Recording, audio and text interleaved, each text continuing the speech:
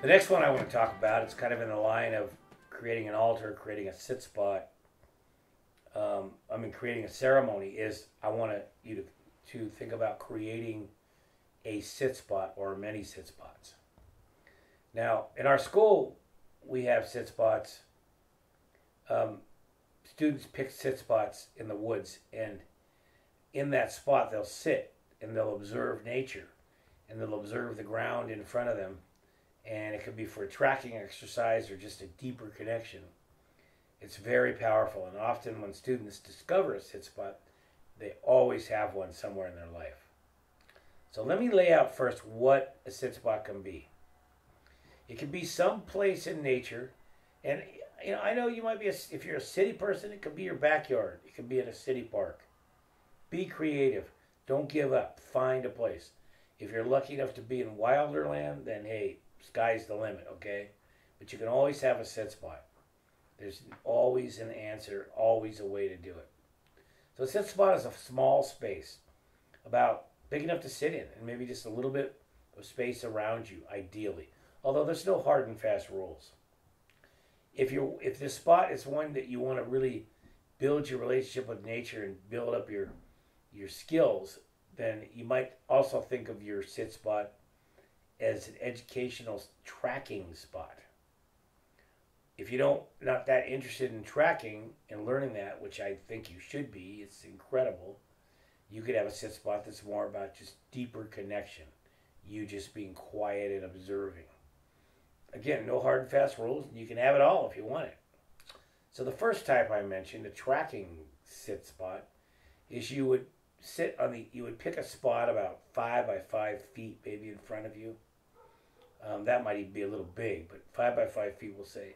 You set a spot that you sit. Maybe you outline the spot with string or rocks or something or grass. And in this spot, you just simply observe everything you can. You look at the ground close up. You stand back and look at it far away.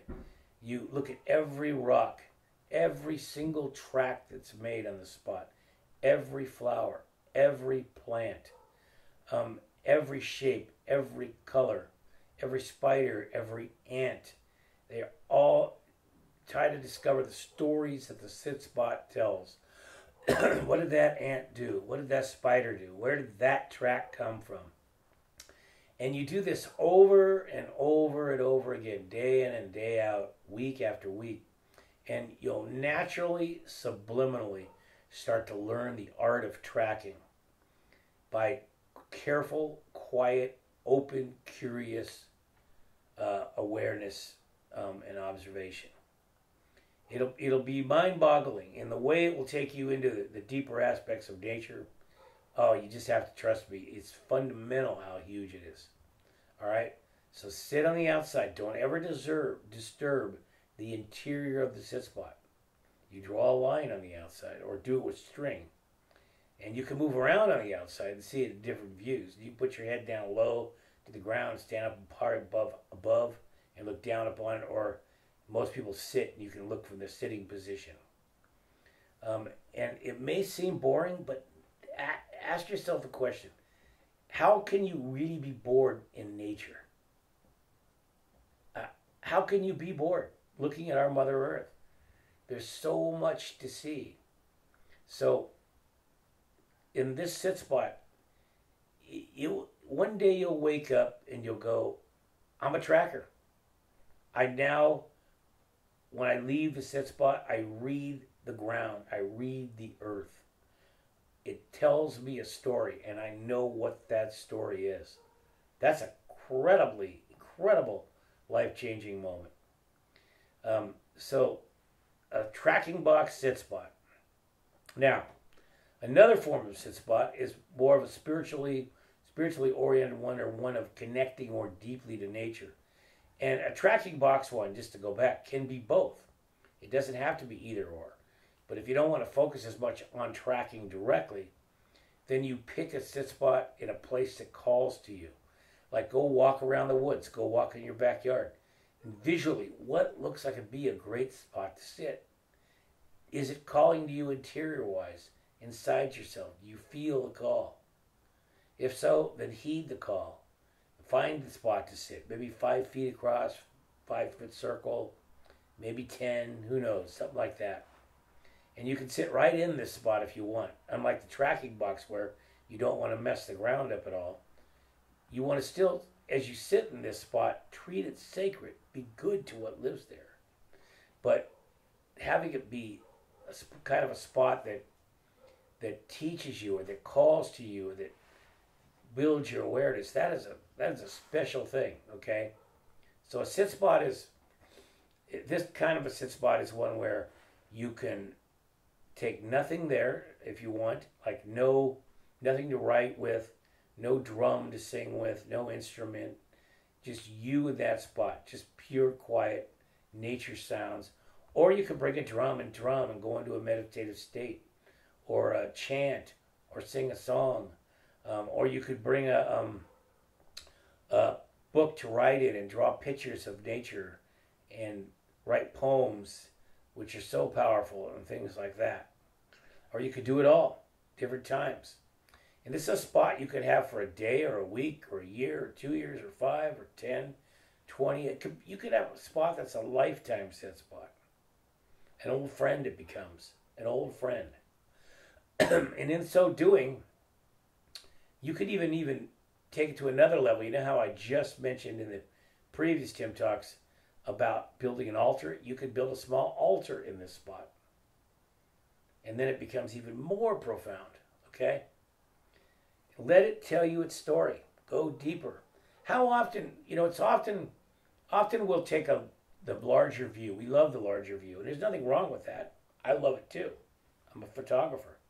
But how often do we really stop and just spend lots of quality time with a flower, or a rock, or a track, or an insect, or one little tiny space in front of us? How often? I think most modern humans could say almost never. The act of doing that alone, over and over, day in and day out, month after month, year after year, it's life altering.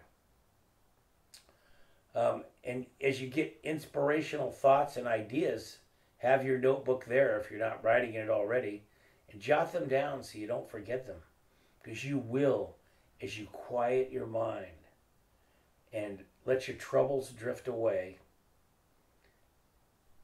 and become the sit spot, you will have some profound moments and thoughts that can be very centering and beautiful, but also they can be very inspirational.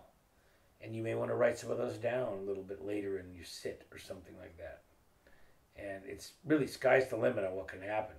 A sit spot can definitely be a game changer for you. Okay? So I want you to think about that long and hard. Creating a sit spot. Beautifying it or not beautifying it. Being in the moment or not. Working for the greater good through the sit spot. Letting inspiration come. It's a great thing. Simple, again, and great. So go make a sit spot. Make a lot of them. Have them for years. One more thing. You could do a sit spot up in a tree. Don't let yourself be limited by anything, really. Okay? And, oh yes, and I want to mention before I go, and I wouldn't share this spot with anyone. You can. I mean, if you want to share it, that's your business. But at least maybe have at least one sit spot that's just yours. Even the best people in your life. It's an incredible thing to have a spot in nature that's just you and yours. That is pretty profound. And if you want to have one where you share with people, do it too. Remember, we've already talked about it. There are no limits. You can do it all. All the best. Enjoy your sit spot. Ho.